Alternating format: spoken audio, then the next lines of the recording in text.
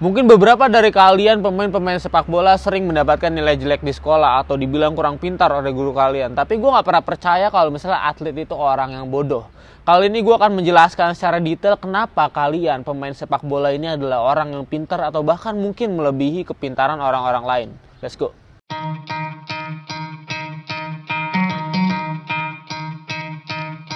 Kata Pirlo, sepak bola dimainkan dengan otak. Kaki kita hanya alat untuk memainkan sepak bola. Jika sepak bola dimainkan dengan otak, lalu bagaimana cara kerjanya? Banyak orang berpikir kalau misalnya kemampuan fisik dan teknik adalah hal yang paling penting di sepak bola. Tapi apakah benar begitu? Menurut gua enggak, karena yang paling penting selain itu adalah kemampuan kita berpikir di dalam lapangan.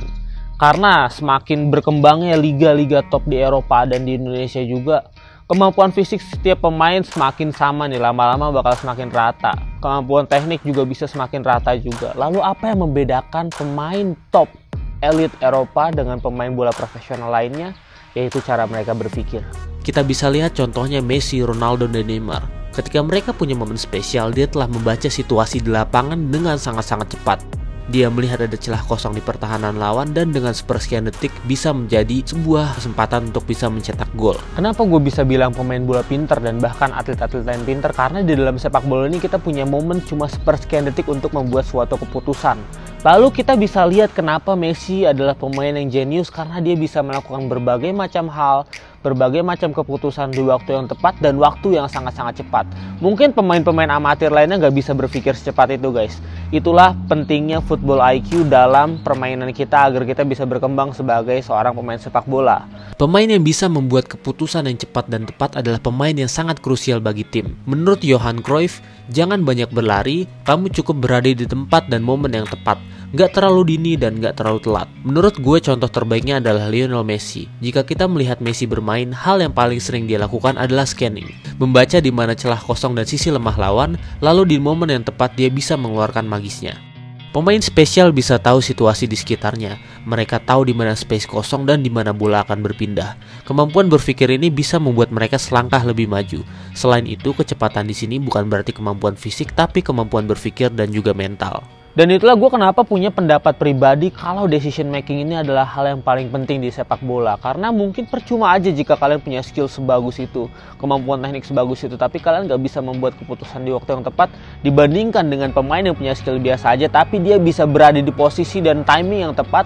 Pasti pelatih bakal memilih pemain yang cerdas kayak gitu, guys. Yang pasti paling penting adalah melatih football IQ kalian dan juga teknik kalian.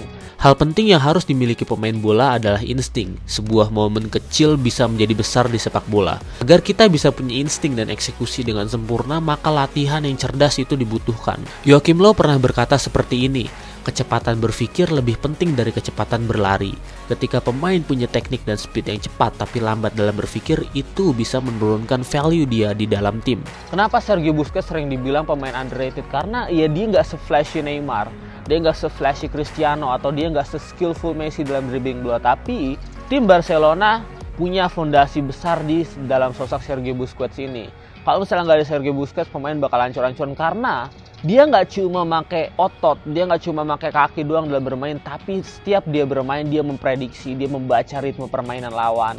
Itulah yang paling penting di dalam sepak bola, guys. Terkadang para pemain sulit menjelaskan mengapa mereka bisa melakukan beberapa hal dan bisa ada di space kosong di waktu yang tepat.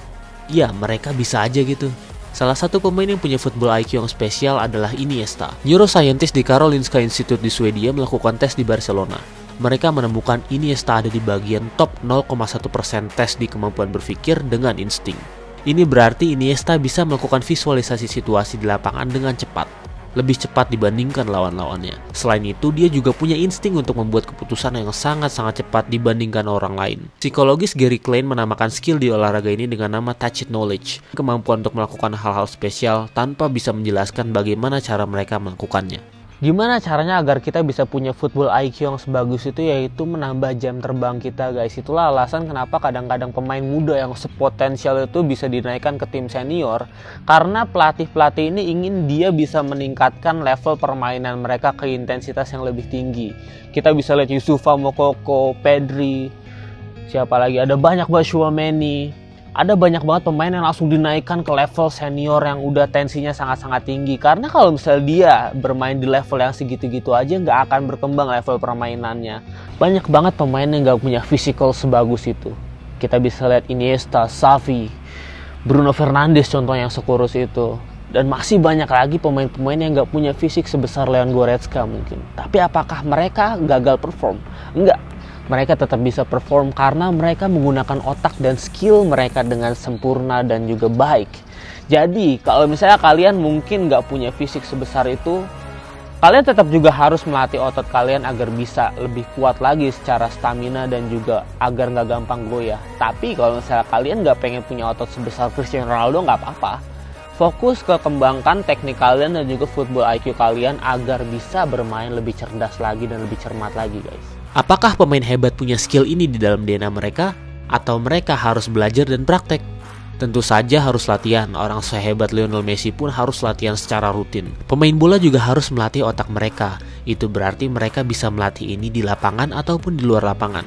Sekarang football teknologi udah canggih banget dan bahkan ada labnya tersendiri.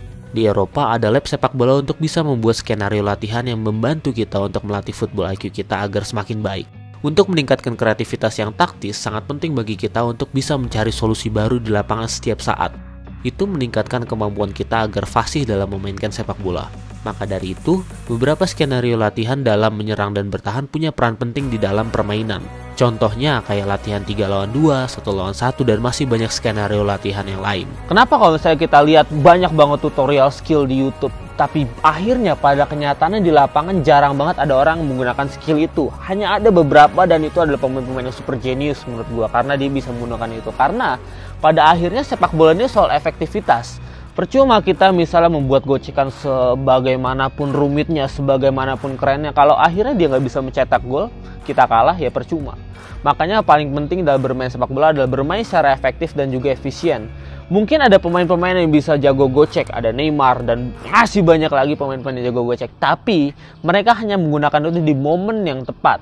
Itulah yang paling penting dalam bermain sepak bola. Decision making memegang peran besar. Latihan konsisten agar semakin jago itu punya makna detail supaya otak dan badan kita bisa harmonis dalam bermain.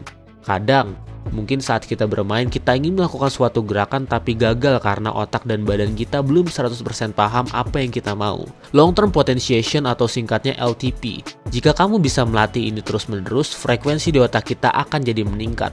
Tapi balik lagi ke orang masing-masing. Inilah kenyataan kalau misalnya bakat juga punya peran besar di sepak bola. Terkadang gue sering mikir kenapa gue bisa melakukan suatu skill atau suatu kemampuan di sepak bola secara tak terduga. Wah, kok gue bisa begitu ya? Itu terjadi karena kita latihan yang terus-menerus. Kita menggunakan latihan yang efektif, yang konsisten. Jadi, apapun yang kita lakukan di lapangan menjadi autopilot. Itulah alasan kenapa repetisi sangat penting karena kita harus membuat gerakan itu, gerakan passing, mulai passing, gocekan atau apapun itu secara autopilot tanpa kita harus lama berpikir, guys. Itulah pentingnya football IQ, supaya kita melakukan sesuatu secara spontan menggunakan insting dan juga gerakan itu sangat-sangat efektif untuk dilakukan. Intinya, pemain dengan skill set spesial ini akan selalu ada. Pemain yang bisa berpikir dan bereaksi lebih cepat daripada yang lain. Bakat punya peran, tapi mereka selalu melatih itu melalui latihan yang bisa meningkatkan football IQ. Untuk bisa melatih football IQ kita, ada beberapa latihan yang bisa melatih visi bermain. Latihan ini membantu pemain untuk memahami pergerakan kawan dan lawan di lapangan. Itu dia alasan kenapa kadang kita disuruh pelatih untuk latihan dribbling bola tanpa harus melihat ke bola. Ini berguna untuk kita bisa melatih kemampuan football scanning kita. Football scanning ini membuat kita bisa membuat peta tentang situasi di lapangan. Pemain hebat selalu melakukan itu di lapangan. Jadi ketika kita menerima bola, kita tahu apa yang harus kita lakukan. Apakah Indonesia punya potensi untuk bisa mengembangkan pemain-pemain muda agar bisa bermain lebih cerdas lagi? Menurut gue bisa dan punya potensi yang sebesar itu. Karena kita bisa lihat banyak banget pemain-pemain di timnas sekarang udah sebagus itu. Contohnya Abimanyu, Egy, Witan. Ada sekarang Elkan Bagot yang udah denaturalisasi. Sadil, masih banyak lagi pemain-pemain yang menurut gue menunjukkan potensi yang sebesar itu dengan usia yang bisa dibilang masih muda. Jadi kita harus tetap selalu siap berbenah, selalu siap belajar mengembangkan fasilitas, mulai dari pemain, fasilitas, supporter, stadion, rumput. Banyak banget yang harus kita kembangkan agar bisa terbang lebih tinggi lagi. Gue sih punya harapan dan gue optimis soal sepak bola Indonesia ini. Gimana kalian? Silahkan komen di bawah.